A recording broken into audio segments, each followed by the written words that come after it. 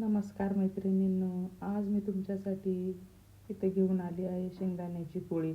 सर्वांना आवडणारी, लहान मोठ्यांना. जर तुम्हाला या रेसिपीची पूर्ण डिटेल हवी असेल तर ऑलरेडी माझ्या चॅनलवरती अपलोड आहे, तुम्ही तिथे जाऊन बघू शकता.